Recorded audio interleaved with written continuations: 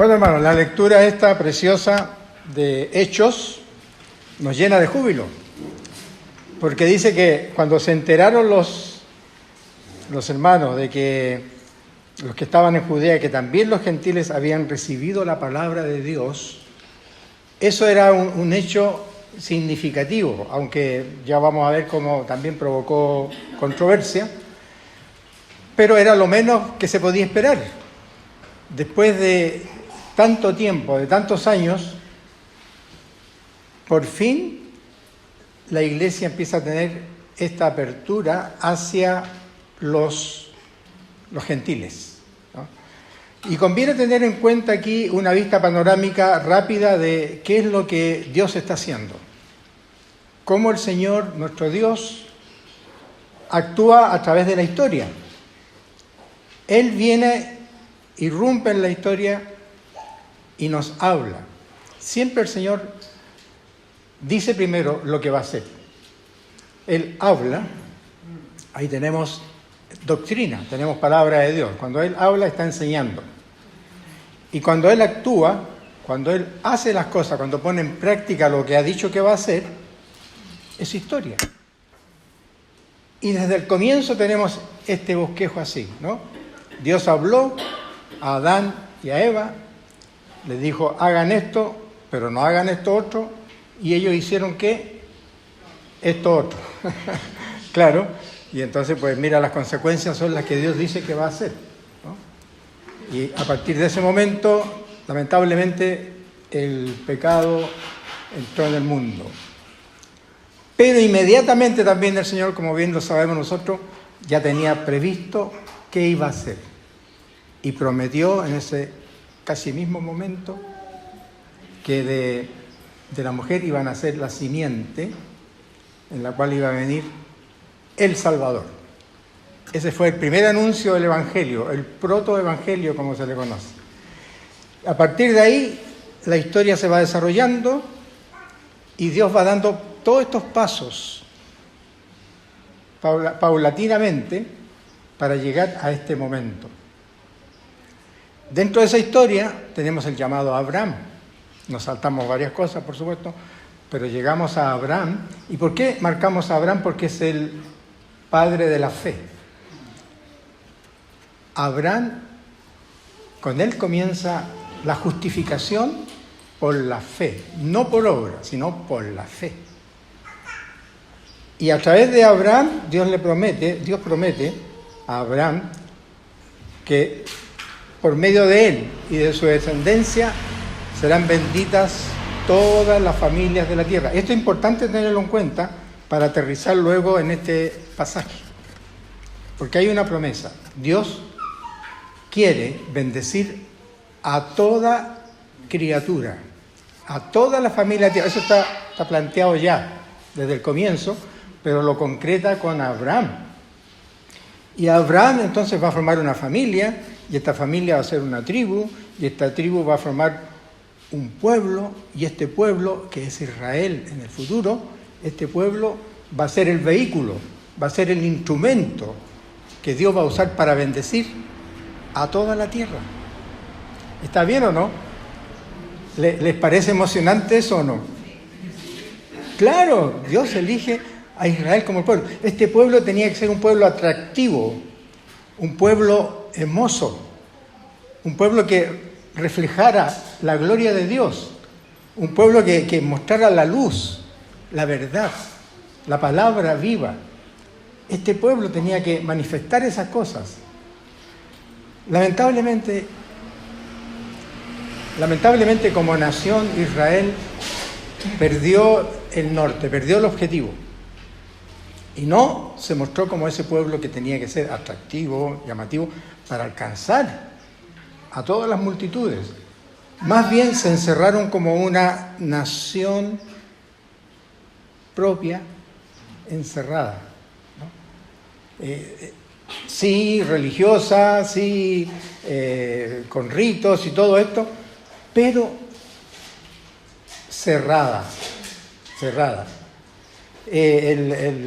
Se aferraron mucho a la circuncisión, que luego vemos también aquí que es un tema de la lectura, Se quedaron con el tema de la circuncisión que se desarrolló, se llevó de padre a hijo, ¿no? Pero como una señal. Ustedes saben, la circuncisión era una señal, era un signo de bendición y de pertenecer a Dios.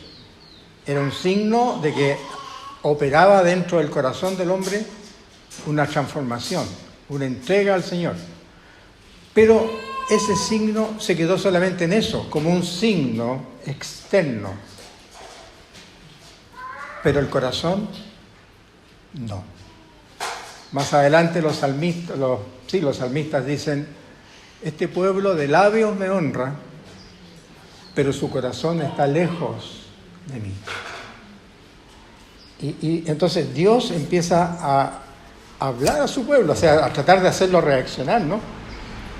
Tienen que circuncidar su corazón, su espíritu, sus pensamientos, sus oídos, sus labios. No el simple rito, ¿no? Bueno, la historia nos dice que Israel dejó de practicar la circuncisión cuando entraron en el desierto, después de salir de Egipto. En esos 40 años ya no practicaron la circuncisión. La retomaron cuando entraron en la tierra prometida, en Gilgal, como con Josué.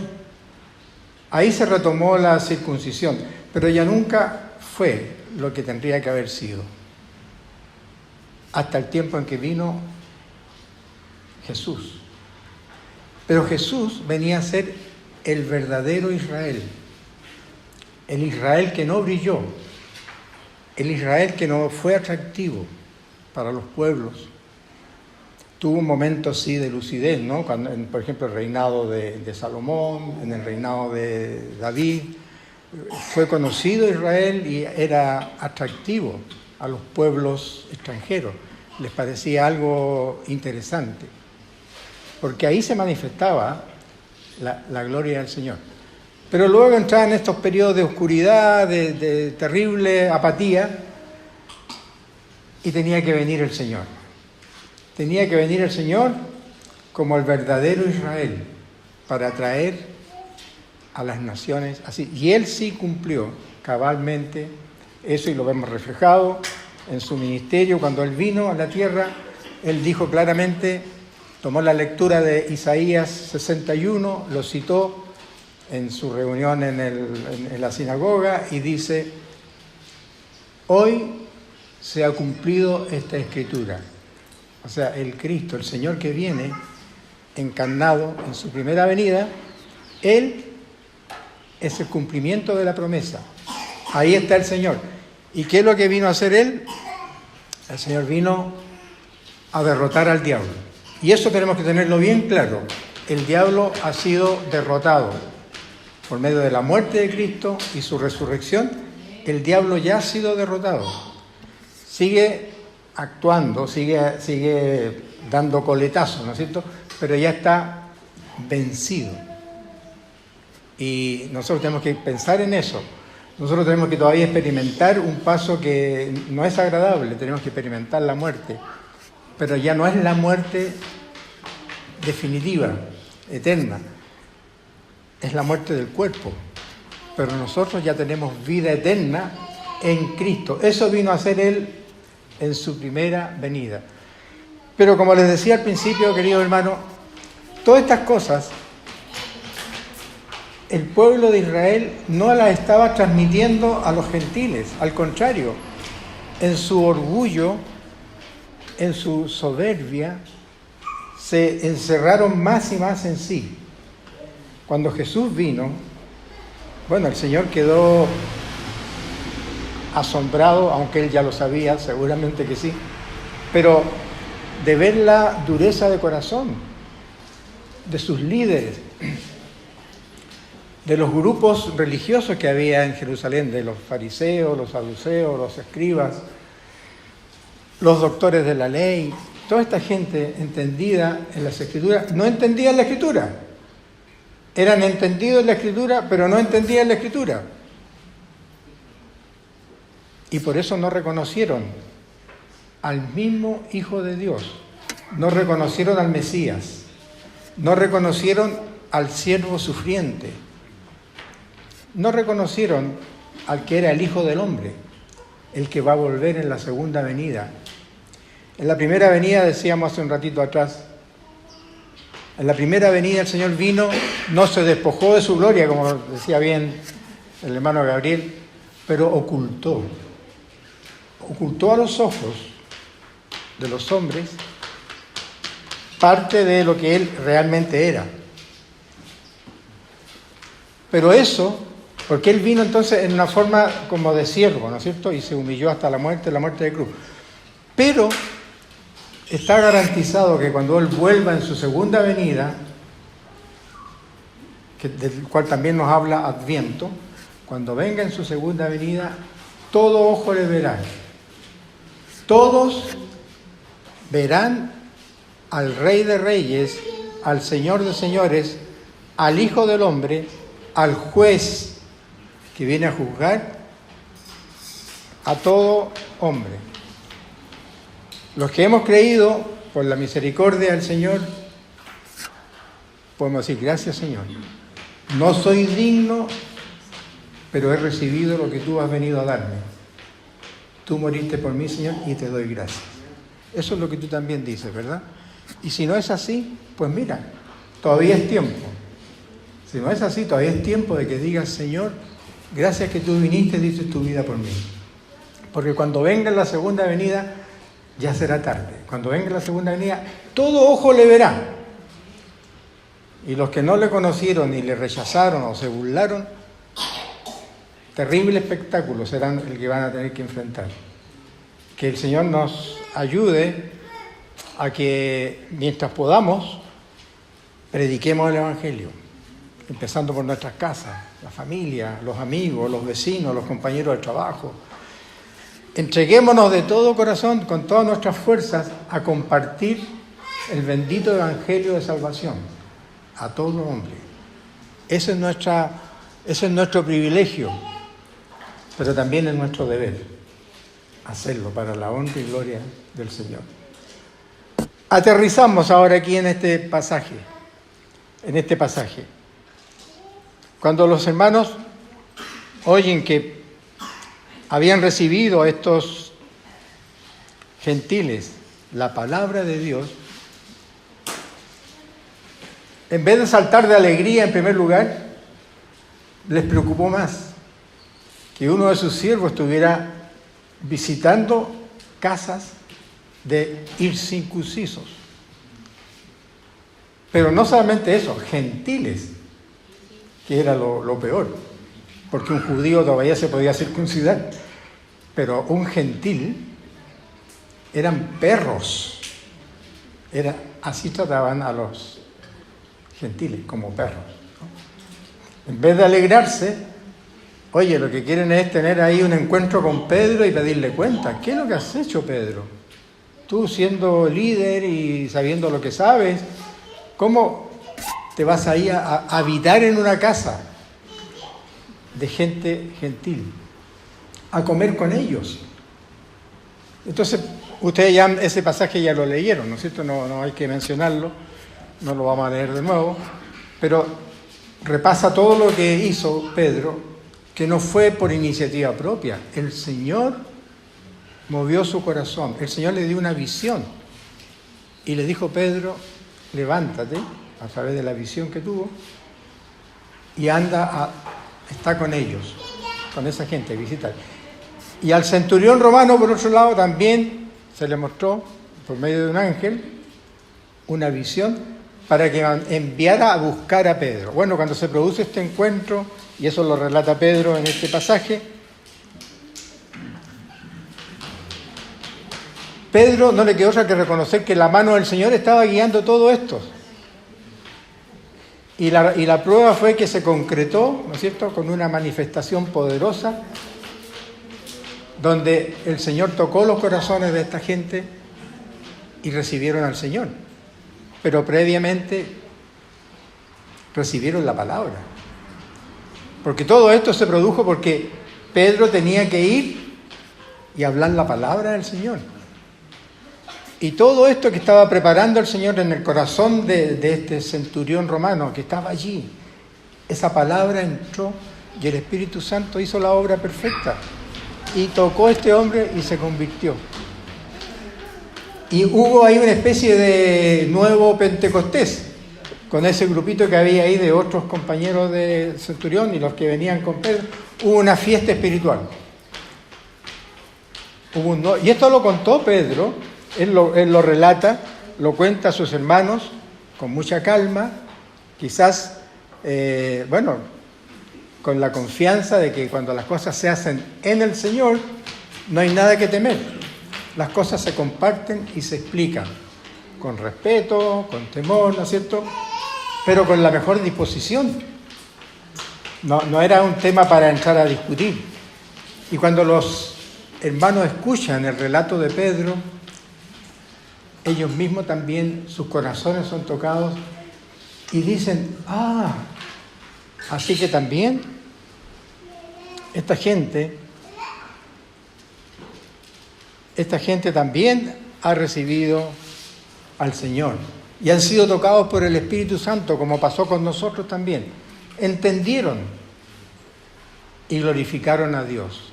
Mientras Pedro les contaba esto,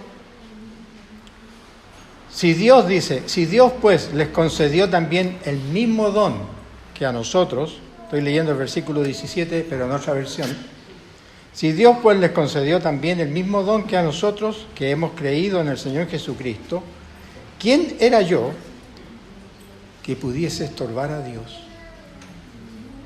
¿Quién era yo que pudiese estorbar a Dios?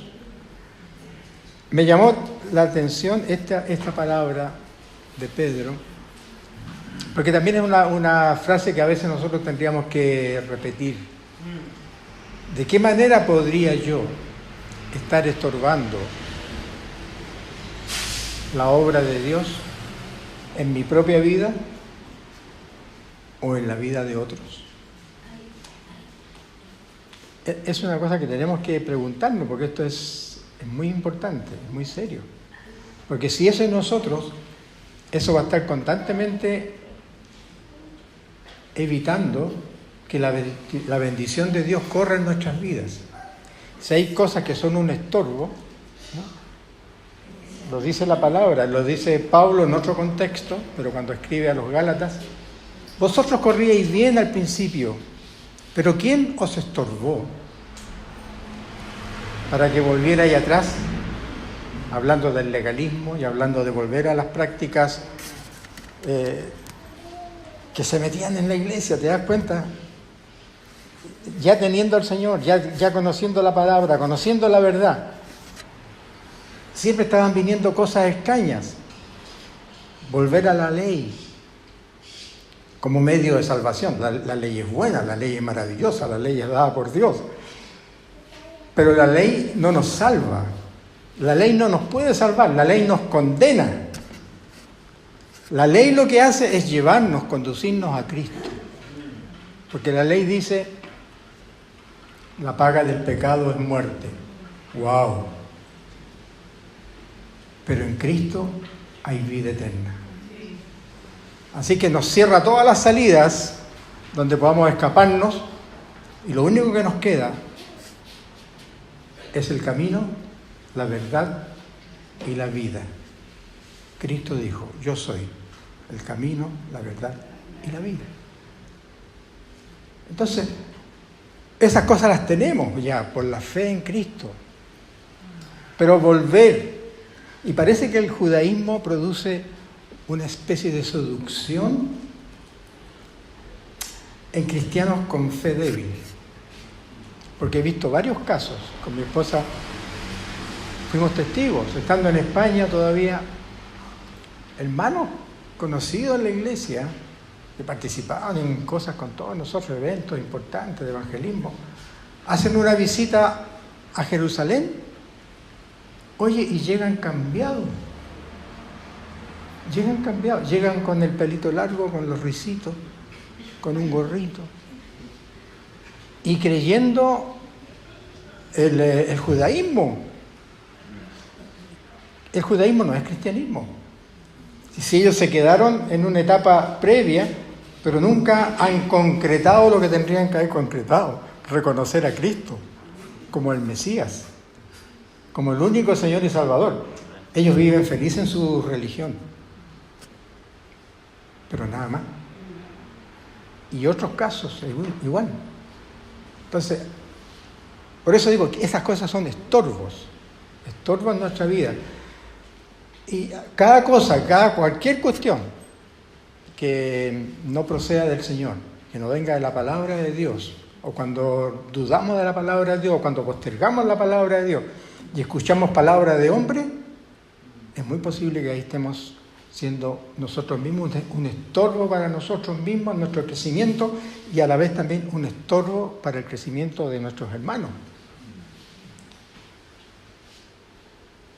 Hay un versículo que siempre me ha llamado la atención, lo repito mucho, si lo habéis escuchado ya de mí, perdonadme. Pero dice así: por cuanto no creyeron a la verdad, Dios les envía un poder engañoso para que crean la mentira. Es tremendo. Cuando nosotros nos permitimos rechazar la verdad, ¿saben lo que pasa? Bajamos la guardia y le abrimos el camino a la mentira.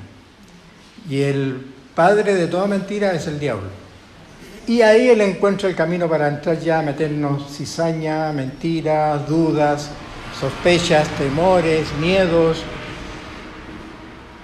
Y eso puede provocar mucho, mucho daño.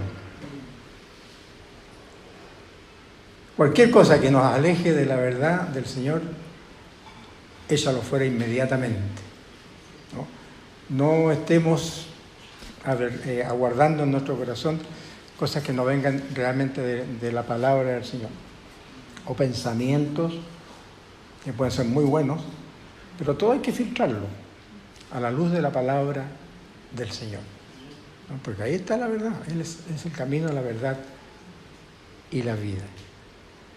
Entonces, oídas estas cosas, callaron y glorificaron a Dios, diciendo: de manera que también a los gentiles ha dado Dios arrepentimiento para vida.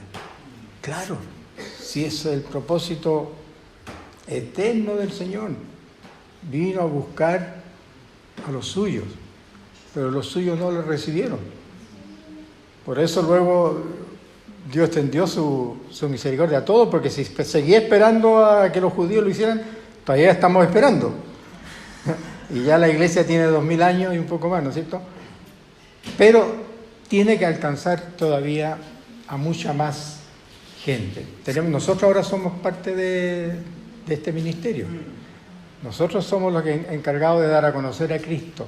Nosotros somos ahora el vehículo. Esta iglesia aquí, en Playa Ancha, ustedes son los encargados de llevar las buenas noticias de salvación.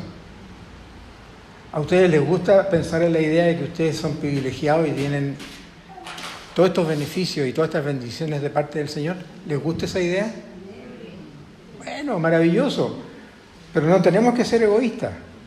No tenemos que quedarnos con eso, sino tenemos que ir, ¿no? Y cualquier cosa que impida que lo hagamos, sácalo fuera, échalo, repréndelo. Y que el Señor ponga tus pies como pies de mensajero.